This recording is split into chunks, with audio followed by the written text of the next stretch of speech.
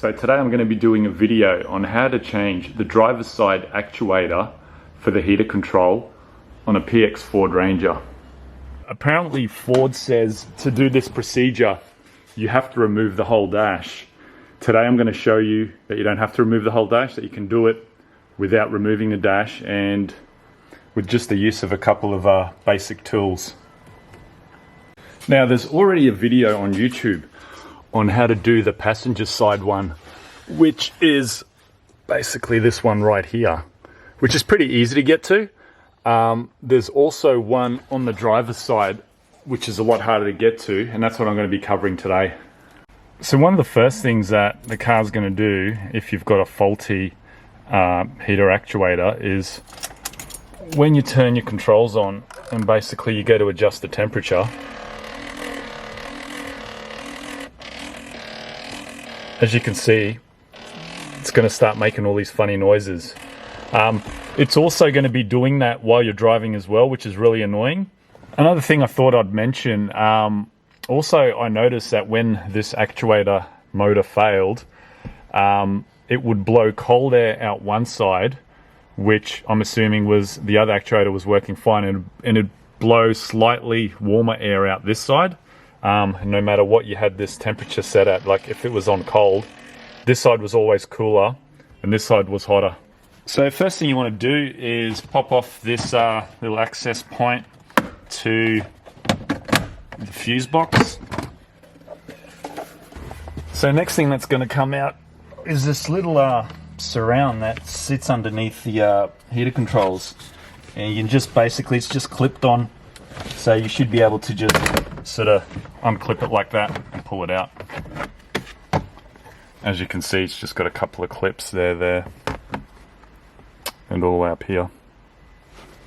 So next is going to be just the plastic cover underneath the steering wheel, and this comes off by two Phillips head screws, one there and one on that side right about there.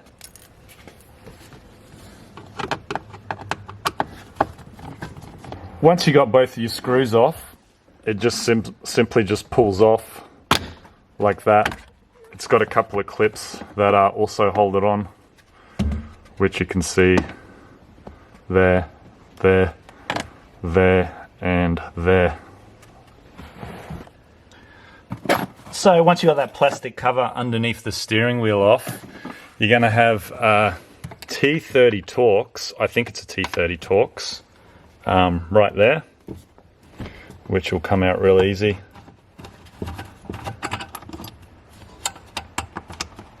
And there is also a Phillips head plastic screw right there, which basically is for this vent here, that vents AC vent for your legs. So that plastic screw just comes out pretty easy.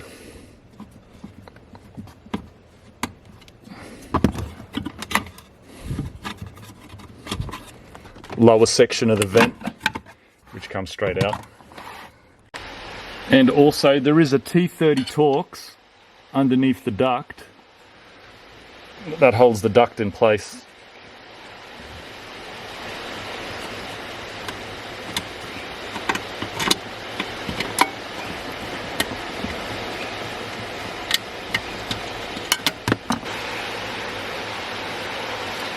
Next thing you want to do is just grab this vent and just at the same time just sort of pull that plastic away, push that vent down, and now you'll be able to reveal the actuator motor, which is up there. So that's that thing that's making that noise.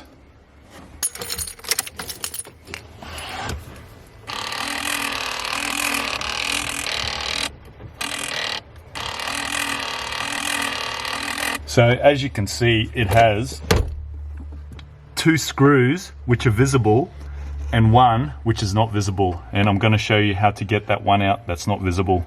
These two are pretty easy to access, but the one at the back, that's the hard one. What I'm going to do now, I'm going to show you how to get to that last bolt, which is tucked in all the way there. So what I've done, I've drilled a hole 60 millimeters up from this bottom bolt here, straight up, and 25 millimeters in. So I've used an 8mm drill bit, and I've just come in from underneath here and just drilled straight in there like that. And what it's done, it's created me now an access point to get to that last screw that's holding that actuator in. And also to get to that last screw there, I've created a custom tool, which is a cut down Phillips head screwdriver on a vice grip. And basically all I've done is I've gone in like that through that hole, and very slowly, bit by bit, I've just worked that screw loose like that. This is going to be probably the most painstaking part of the whole process, and it's a bit hard to sort of get it done. It took me probably about 10 minutes to do it, but that's in essence what you want to do and how you're going to get that last screw out. These two screws here that you can see, these are pretty easy to get to. As you can see, I'm sort of undoing them right now. And that top one, that's also relatively easy to get to. That's coming out now as well. And also what you want to remember, there's also a clip here, which you just want to just grab it with your finger, press on it.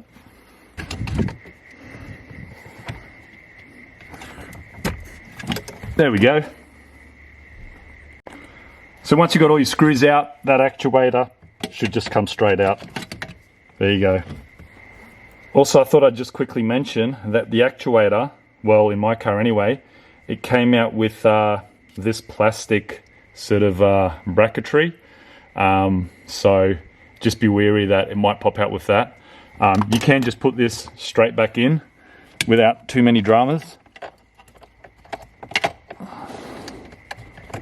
There we go. It is back in. So yeah, just be wary of that. So this is the new part here. If you're after a part number, there it is.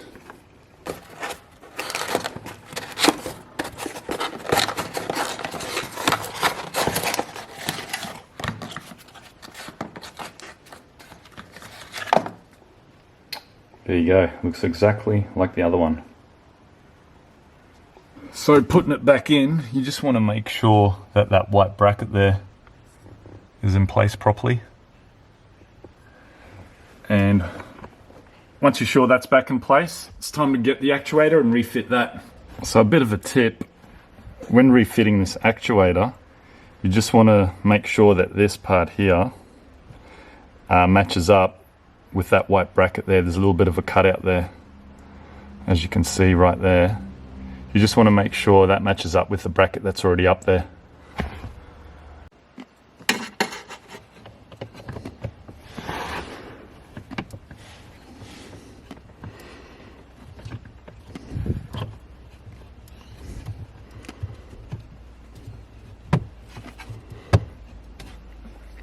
And just like that, it is in.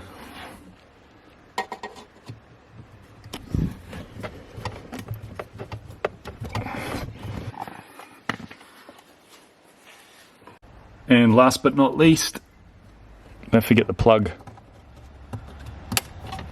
And that is in. So once you've got all your screws and your plug back in, now it's time to test it out. Well, no noises so far. Let's see if it blows cool air.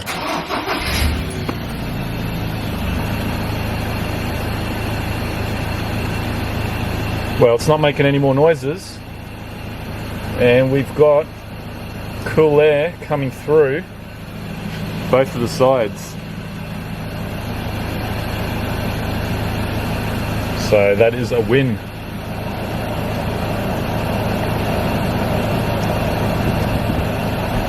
Now, let's see what happens if we turn the heat up. Yeah. It's all working, got the heat coming through now. Through all the sides. Now back to cool. Yeah. And it is starting to get cool through all the vents.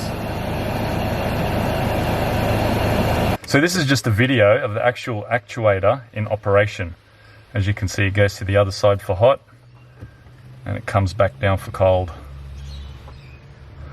And I also thought I'd point out at this point, when you're putting this duct back in place, if you want to smear some glue just around that ducting there, so when you put this one here back in place, you're gonna have a good seal there. I'm just gonna use some liquid nails there, nothing really too special, just a bit of liquid nails to seal it up. You could probably use silicone or anything like that.